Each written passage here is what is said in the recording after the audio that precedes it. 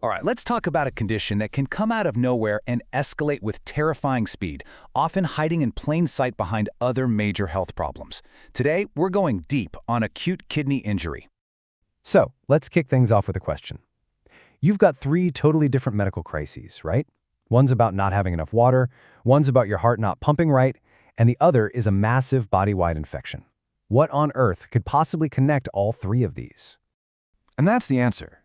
Every single one of them, in their own way, can push your kidneys over the edge, causing them to suddenly fail.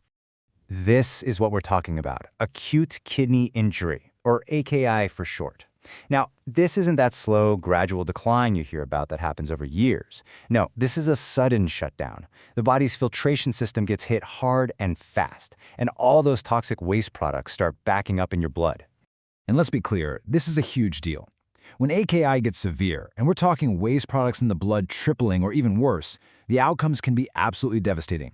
It skyrockets the risk of getting chronic kidney disease down the line, and frankly, it's linked to incredibly high mortality rates. So how in the world do doctors even start to figure this out? Well, it seems complex, but they use this just brilliantly simple way of thinking about it. They break it down into three parts: what happens before the kidney, what happens inside the kidney, and what happens after the kidney. And this is that framework. It's almost like thinking of your kidneys as a plumbing system. Pre-renal means there's a problem with the flow to the filter. Renal means the filter itself is actually broken. And post-renal means there's a clog in the drain pipes after the filter.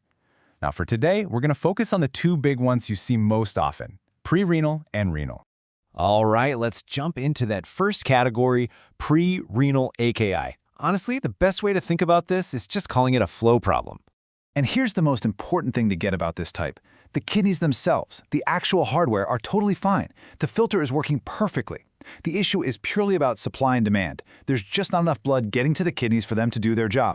So what causes this flow problem? Well, it can be a bunch of things. If you have heart failure, the pump is just too weak to get blood where it needs to go. With sepsis, your blood vessels get all wide and dilated, and your blood pressure just tanks. And with severe dehydration, well, there's just not enough liquid in the tank to begin with. The end result is always the same. Your kidneys are literally being starved of blood. And this is where it gets really critical. A pre-renal flow problem can often be fixed pretty easily if you catch it early. But if you don't, if that lack of blood flow goes on for too long, it starts to damage the kidney tissue itself.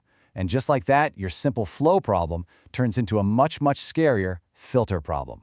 Which leads us right into our next category, renal AKI. This is the filter problem. This is what happens when the damage is actually inside the kidney. Now, the most common type of this in hospitals is something called acute tubular necrosis, or ATN. And you can see here, whether it's from that lack of blood flow we just talked about or from some kind of toxin, the actual cells lining the kidney's tiny tubes get injured, they die, and they start to peel off, basically clogging up the whole works from the inside. So, let's say a patient's kidneys are failing.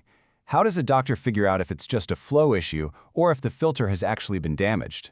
Well, it turns out there are some really classic clues they look for. The very first clue is something you might see with your own eyes. The patient's urine can turn this really dark, reddish-brown color. People say it looks like strong tea or even cola. That's a huge red flag that something is wrong inside the kidney. But this is the real smoking gun. When you put a sample of that urine under a microscope, you can actually see these things called muddy brown casts. And you have to understand, these aren't just specks of dirt. They are literal clumps of dead and dying kidney cells, shaped like the tiny tubes they came from. It's definitive proof of ATN. And a pretty dramatic way this can happen is with a condition called rhabdomyolysis. After a terrible crush injury or maybe even extreme exercise, muscle tissue breaks down and floods the blood with a protein called myoglobin. Well, it turns out that myoglobin is incredibly toxic to kidney cells, and it can literally clog up the filters, causing ATN. Okay, so we've covered the flow problem and the filter problem, the what and the why. Now let's pull it all together and talk about the key things you really need to remember. So doctors track how bad AKI is using a staging system. Think of stage 1 as the check engine light coming on. The waste products are climbing and urine output is dropping. By stage 2, it's getting really serious, and at stage 3, kidney function is at a critical low, the waste products are more than triple what they should be, and at this point, patients will often need dialysis just to stay alive. So, this right here is really the key to figuring out what's going on.